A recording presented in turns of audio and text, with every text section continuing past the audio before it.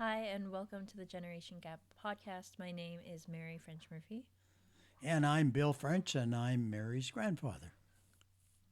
and today we're going to be talking about the life, death, and influence of Charlie Kirk. Yeah, and I think that's really important. And yes, there's comments I think he's made that could be questionable in that, but I think the big picture is, we keep talking about in this podcast. Think for yourself. State your position and debate it. Don't kind of just separate everybody because they don't believe in it. And it's kind of interesting as we record this is around U.S. Thanksgiving.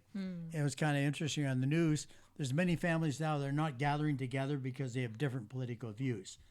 That's a sign of a sick society. Yeah, yeah, and relevant. We see a lot of polarization, and I think the death of Charlie Kirk is just a very visible sign of that subtle underlie, Yeah, not so subtle underlie in society of just polarization of you either love somebody or you hate somebody, yeah, and yeah, they either say everything correctly or they say everything wrong.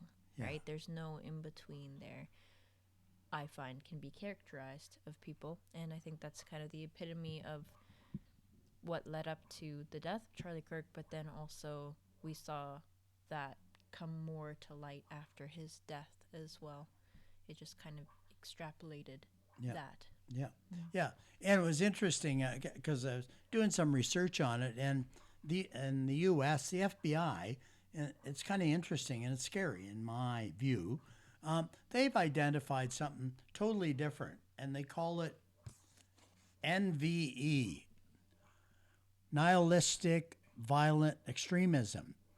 And of course, we know being nihilistic is basically life is meaningless. And that's a really scary proposition because, yes, we're talking about Charlie Kirk, but really you could trace back a year ago the attempted assassination of Trump. It's really part of that, too. And that's a really scary situation in my view. So, yeah, so let's just talk about it. And yeah, we use Charlie Kirk as an example, a young father, married. He has some strong kind of views on various things in life. And quite honestly, from my perspective, and maybe because of faith background, a lot of them I share. There's certainly things that he has said that maybe I don't totally agree with, but there's, I would say, a majority of his views I probably do share.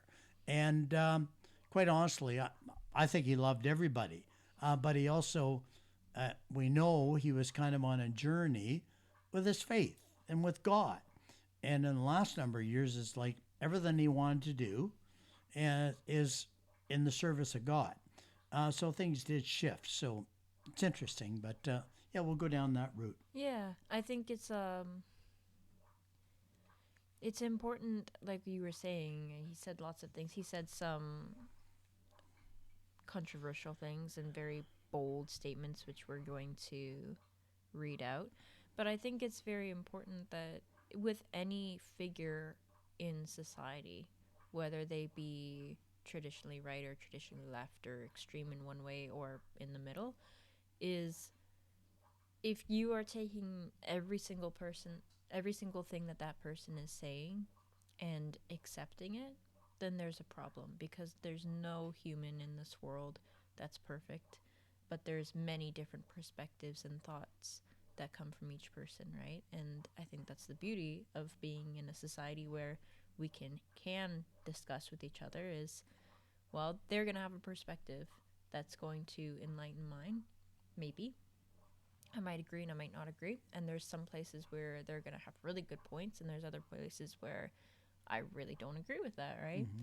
So, yeah, if you want to go through some of these points here, that'd be.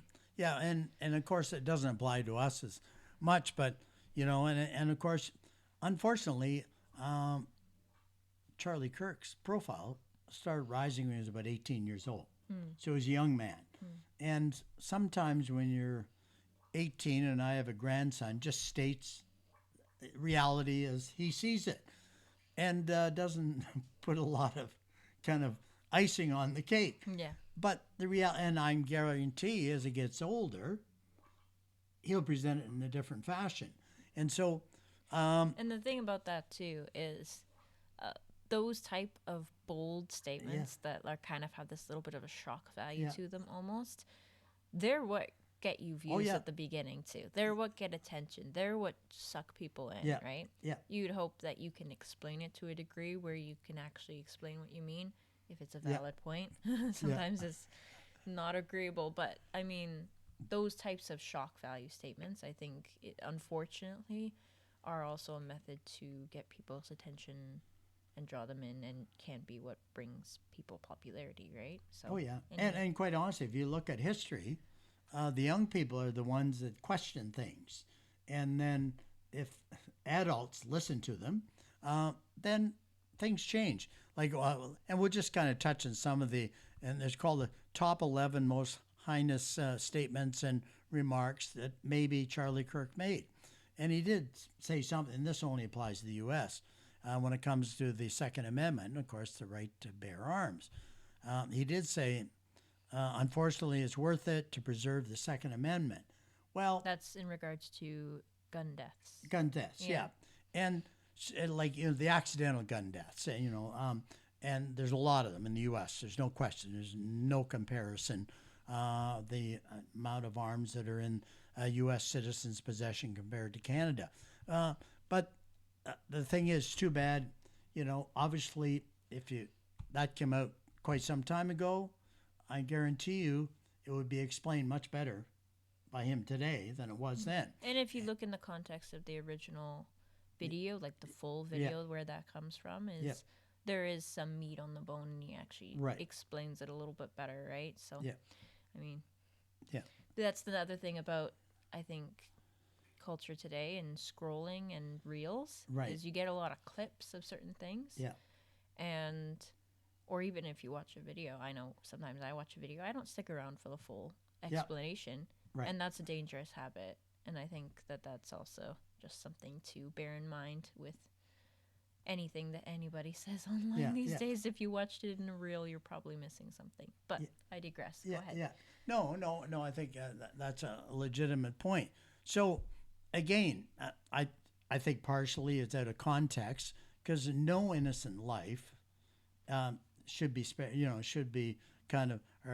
should be terminated by some problem person or whatever, regardless if it's mental disease or whatever. And unfortunately, in the U.S., because of the Second Amendment, there are a lot more shooting deaths and that than appropriate. So, but again, I think that's not something I really like to hammer on, because I have mixed feelings on it about the right to bear arms. Yeah, likewise. I don't like the U.S. Unlimited, because if you go back to the history, it made sense. They were like, everybody could bear arms to protect the country, and there were long rifles and a few handguns. They weren't automatic weapons and effectively war machines. So I think the U.S. has went too far if we wanted to have a discussion, and really don't want to do that. Another discussion for another day. But and the other thing is, and I want you to kind of carry the ball in this one, because, and probably in the last 10 years, when started talking about gender identity, and he had some pretty strong opinions. As a matter of fact, he suggested it was a mental disease, and the reality is, I don't get it. I have to say I don't get it. There's no science to it. There's no nothing. Science has proven, that basically, there's double X chromosome and an XY chromosome, and you can't change them. So, and I'll say something humorous. And I'm going to embarrass you a little bit. Well, if you remember when you were a young person, you thought you were a horse. Yeah. Oh, yeah. and I don't want to dig into it, but no matter what you do, you can't be a horse, And of course... Been exposed. Yeah, so I've been exposed. No, but the reality is, and I understand people are confused. And that's the only thing I no, I don't want to say it's a mental illness or whatever, but there's something really wrong with that. And yes, he made a statement, and he felt it needed mental health treatment. Um, and maybe because of my age, um, I somewhat agree with that. But this is more Yeah, and I relative think to your again, I generation. think this is this is a topic we could dive into on a whole episode about this. So I don't want to speak too much to it because I think it's a very nuanced topic. But yeah, I mean the point being some of these comments he said about gun deaths being unfortunately Yeah, worth it. If you were to put that briefly, calling transgender identity a mental disease for people that want to look into, I think, a balanced conservative opinion on that, I would definitely look at like White. I would encourage people to follow and listen to Blair White because I think that's a really, really good. Um, she has very good opinions on all that. He's very firm yeah, and grounded in what he believed, and he wasn't very swayed by. He just said it as it is, very blunt and to the point. Which, honestly, I think in a debate type environment where he was working is an important. It's important to know where you stand. yeah. It's important to also be open to good conversation, which I think he was. Like I watch over some. I've been watching over some of his debates, and uh, I watch lots of debates in my free time with Right. various people, left and right, and there's certain people that have a hard time meeting in the middle with the person they're debating with, and not just simply saying their point or the other person is on. It's almost like they're two people talking, Yeah. and it's labeled as a debate or a conversation, but it's just two people monologuing basically. Yeah. No. There's some people Yeah. like that. There's some people that, you know, are rude and talk over and all of this. And I find that he is one of the more balanced and fair, and I will understand your point while still maintaining mine, and I will meet you where you're at. I find he's very good for that. Um, I think it's a powerful thing to, regardless of what the points are, to be grounded in what you believe, but then also be able to meet people where they're at and have a discourse and a conversation with somebody in a way that, you know, sometimes you're going to say things that people don't like because that's what you believe and you're not going to you're going to be honest about it. And I think he did a pretty good job of that. Perfect? No, Yeah. but I don't think I've met a perfect debater at Yeah. all. In everything that all the interviews and the discussions that I watch, I have not met a perfect debater that's perfect all the time. So I think when we talk about his death and people that are frustrated with him and don't want him speaking on campus and all of that, it's an unfortunate thing for me because if he is met by this side of so much hate, where does that leave any other conversationalist? Where does that leave people that are more combative, right? Mm-hmm. It's a very concerning thing for me that Yeah. I saw. So Yeah. I think the point that you touch on, and I think people, if you want to call them frustrated with Charlie Kirk, was that, and you touched on it, he was prepared. He knew his subject matter, mm-hmm. and any of the kind of debates or bits and pieces that I've watched over the last month or so, Mm-hmm.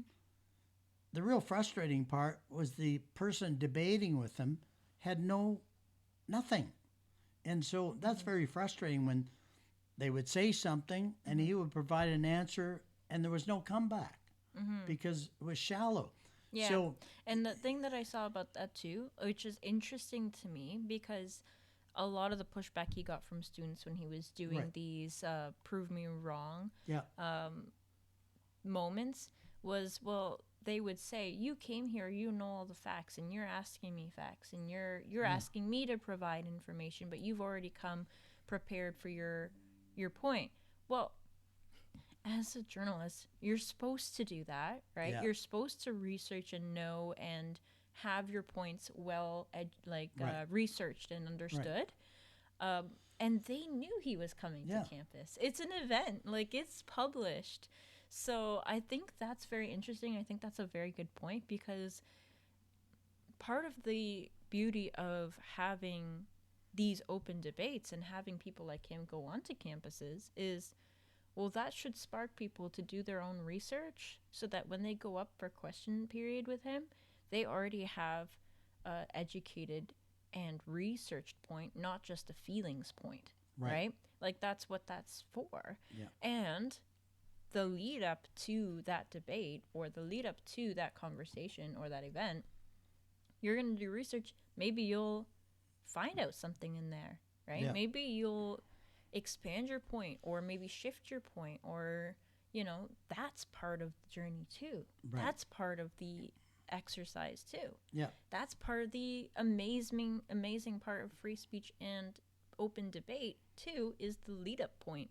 So I think that that's a very good point that you made there. Yeah.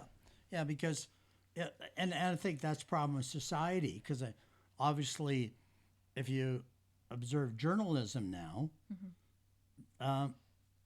they seem to want to present a point of view that they've already prepared, and they want to support that point of view rather than finding the real information. We seem to see a bit of a shift in that, but you have to know your subject matter, and the fact that he came prepared. Well, first of all, nobody deserves, obviously being killed or abused or anything because of their point of view. I think that's what we want to keep emphasizing. Some other things, obviously he has opinions on everything. And the gender one, to me, was one that, well, I share most of the view.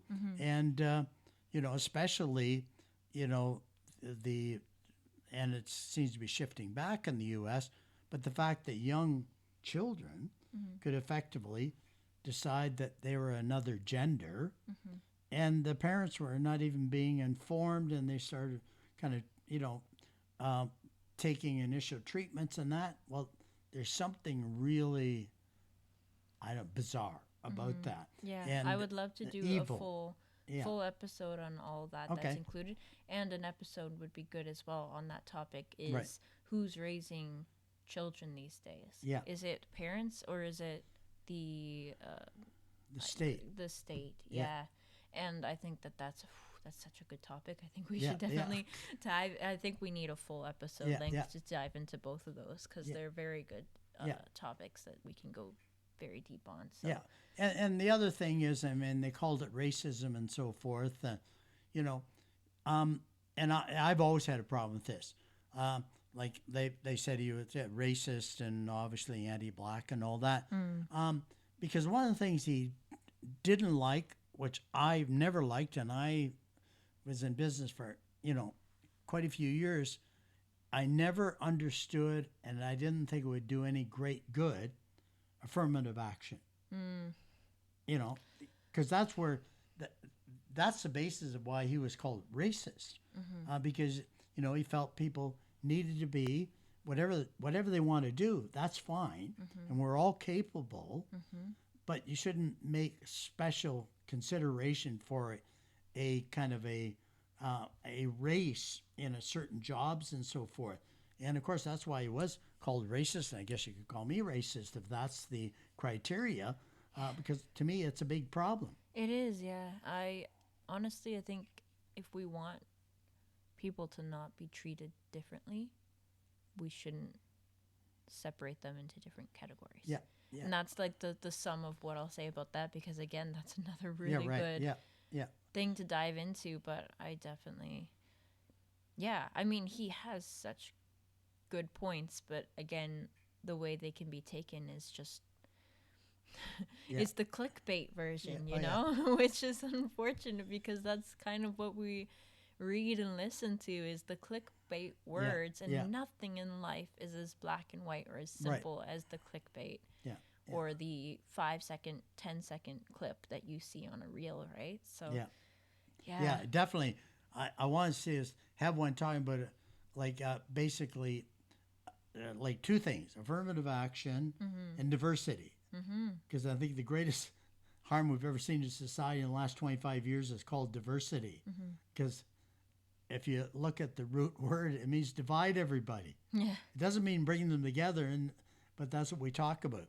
So I think with Charlie Kirk, the thing obviously that, it bothers me with Charlie Kirk's death, and even the attempted, whether you hate him or not, the attempted assassination of Trump a year ago, the fact that people just hate something or somebody or some idea so much that they're willing to kill them. Yeah. That's a real problem.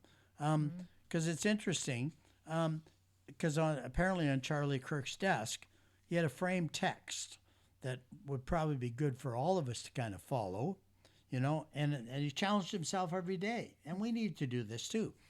And his first one was, what can I do to help somebody today? And I really do believe, my opinion is, he was out to help people, not to criticize them and beat them down or whatever. He was there to kind of raise them up. And of course, we all have the same responsibility. What can I do today to add value to the world? How am I making the world better? If I'm just being critical and not liking something all day long, how's that help the world? And of course, now you have to have a faith background, but I really believe it's his last comment. How can I honor God today in what we do? And well, maybe for us, because we have a faith background, it's not second nature to us. But if you have a huge generation now that, their parents haven't even exposed them to any kind of faith, because that's one thing I always say to kind of to people, I'm not sure what your faith you like or hate or whatever, but we need to start life with our children, giving them a reference point. What they do with it when they get older, so be it. And it's interesting. Everybody says, church and state need to be separated. And that has been misconstrued probably for 100 years now.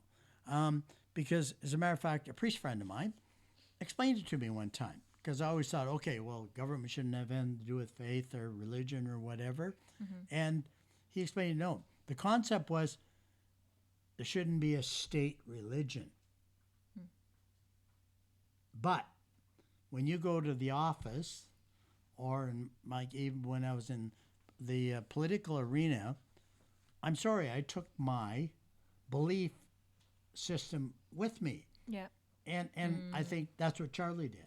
Yeah. Well, that's what everyone does. And that's a very interesting point you bring up, right? When we say separate your, like, the church and state. Anyone who really truly believes in a belief system is going to carry that with them, and it's going to come forth in their work.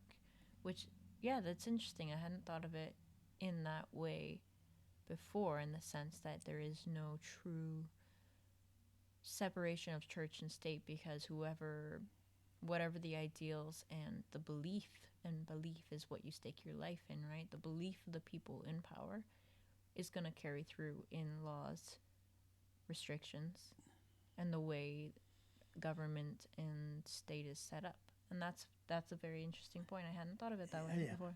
But I think the problem is the last 50 years, we've been brainwashed so much, and actually I like the comment that, and I'll just read the comment that Charlie made on that. There is no separation of church and state. It's a fabrication. It's a fiction. It's not in the Constitution. It's made up by secular humanists. And when you think about it, like like we have our belief system and that, Mm. and some of them, unfortunately, are not based on God. Mm. And yeah, so if you take that, and one of the things that I always frustrated me, and I'll probably say a few times as we do this, I'm Catholic, and the worst kind of laws to me Mm. that came into play in society were when we had Catholic prime ministers. Mm. So now, if they don't believe what their faith teaches, well, don't say that you're of a particular faith or belief system, because I think you're being a hypocrite. Well, this is again another. There's so many Yeah. topics that this is bringing, and you know what? That's really the point of this episode anyway. Yep. Is the death of Charlie Kirk brought up all these topics Yep. to light, and they're being talked about and they're being circulated, which is amazing. And I think it's so good that we're talking about things like this. Yeah. The country that we live in, I think Canada and the United States, they were founded on Judeo-Christian laws and beliefs, right? And they still, by title, have that, right? Like you think about the national anthem, you think about the way the laws are set up. I believe there's still prayer that's often said in different places of governments, right? Like there's the swearing on the Bible for a long time. Like there's a lot of things that are still set up physically looking like that, like how it was founded. But if you look at who's actually in governance right now and who's actually leading the country and who's actually making the laws now, it is by title only, because the people in power now are operating under a different set of beliefs and values than it was the beginning. So I just thought that that's a very important thing to mention. I mean, people say we live in a Christian society. I mean, Yeah. by title. Yeah, and it was interesting because one of the things I read or heard with Charlie Kirk, and I totally believe. On one hand, the humanists are saying we need to separate church and state, whatever that means. In other words, no law should have anything to do with God. I mean, total secular society. Well, I don't know what that means, quite honestly, because I know we talked our early episode, but is there any natural morality? I don't think so. I think that's a supernatural condition. And one of the things that he did address directly, there are pockets now, mainly in the U.S., I don't think it's quite as significant here, there probably is, where you do have immigrants from basically not Christian Judeo countries that are forming pockets with their own laws and their own beliefs and so forth. So I don't, and he did kind of talk about that, and it worried him, and that's why he really emphasized you can't separate church and state, Yeah. So. No, and it's interesting too, like going off of that same branch of thought is when we're talking about where and how these countries were founded. Well, these countries, and I'm talking about Canada and the USA, are very, very young countries. They're very new, right? Yeah. But that being said, we I think have an image of what the country has been up until this point, and there's this assumption that it's just that's what it is. But between various factors now, I think we're on track to this country being something completely different in the next century or so, which is sad and unfortunate. But again, different values that you let in, different lifestyles that you let in, and I mean the shift of work and how that's going to come into play with AI in the next decade or so, which again is another episode to be had. Stay tuned. Yeah, I think that our country is changing, and it's going to look very different. And even now, I mean, people were upset about prayer being put forth in different meetings, governmental meetings, right? The recent one where there was a prayer for Charlie Kirk or Right. regarding that, there's upset about that. So you can't be upset about that and then also say, "Oh, we're still a Christian country. We're still Right. a Christian base." We're not anymore, unfortunately, because I think there's a lot of good values that come out of. Well, obviously, I live my life that way, but um, but we're not. So that's just what I have to Yeah. say about Yeah. that piece. No, and I think his like Charlie's emphasis in the last few years, really it has come more and more come out. His purpose in life now is to honor God every day, like in whatever he was doing, more than just debate and have an opinion or a perspective. How do I honor God today by doing what I'm doing and loving other people at the same time? And it bothers me, I guess, when it comes to him, that maybe too much emphasis on things he said between he was 18 and 25 years old or whatever. I would thank goodness nobody recorded my conversations back then. Um, but his have been recorded. And if you don't like Charlie Kirk, you can find lots of evidence, that, he was a terrible person because he did that. If And, you don't like yeah. anyone, you can find lots of evidence. Oh, yeah. I mean, the unfortunate thing about as well figures like him is that there's a lot of people that look up to him, right? Yeah.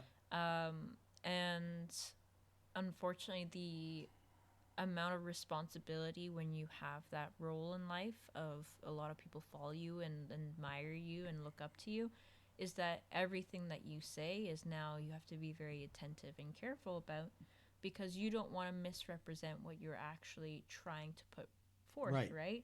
And I mean, that's the struggle. If any famous person that dies, that you're gonna find something one way or another. You're gonna find a place where they weren't themselves, right?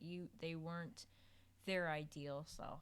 You're gonna see them change over time on certain things, maybe, right? And I mean, we gotta cut people some slack. Yeah. They're human. Yeah. So.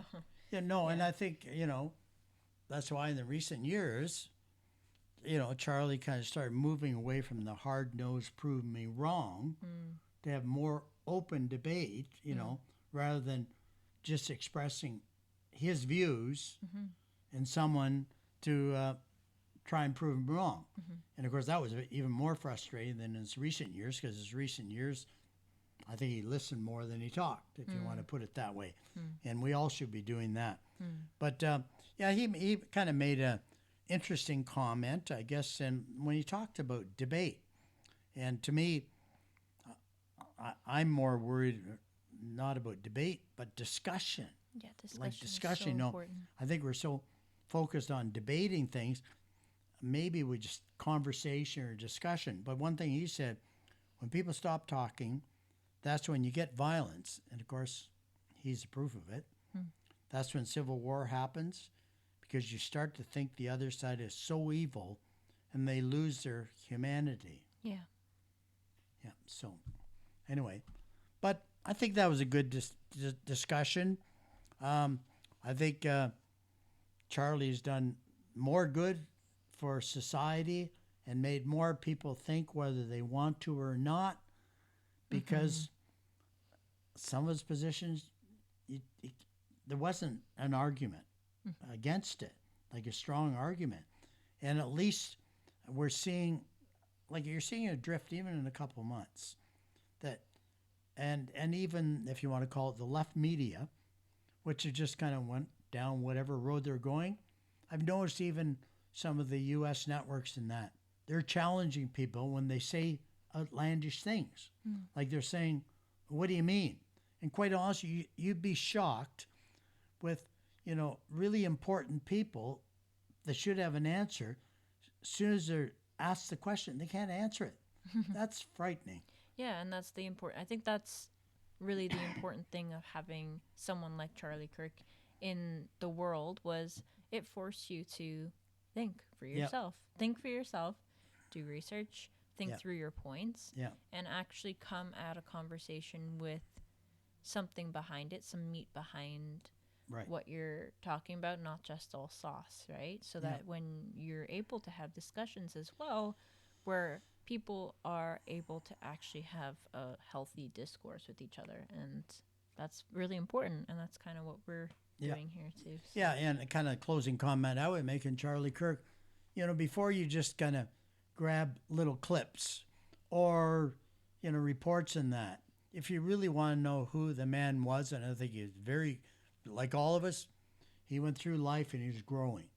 And I think he was growing closer to God every day, but he was adding a lot to humanity. And he was adding value every day. So before you just take the position, he's a terrible man, he should be shot or whatever. Well, first of all, nobody should be shot for their opinion. Yep.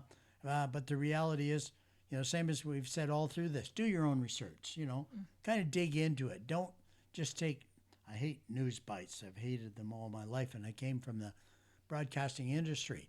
We need to hear both sides. We need to have freedom of speech. And as I'm going to end all of our episodes of this, think for yourself, research, what you're doing, and don't be a parrot. Yes. Awesome. Thanks for listening in, everyone. Thank you, and God bless you all.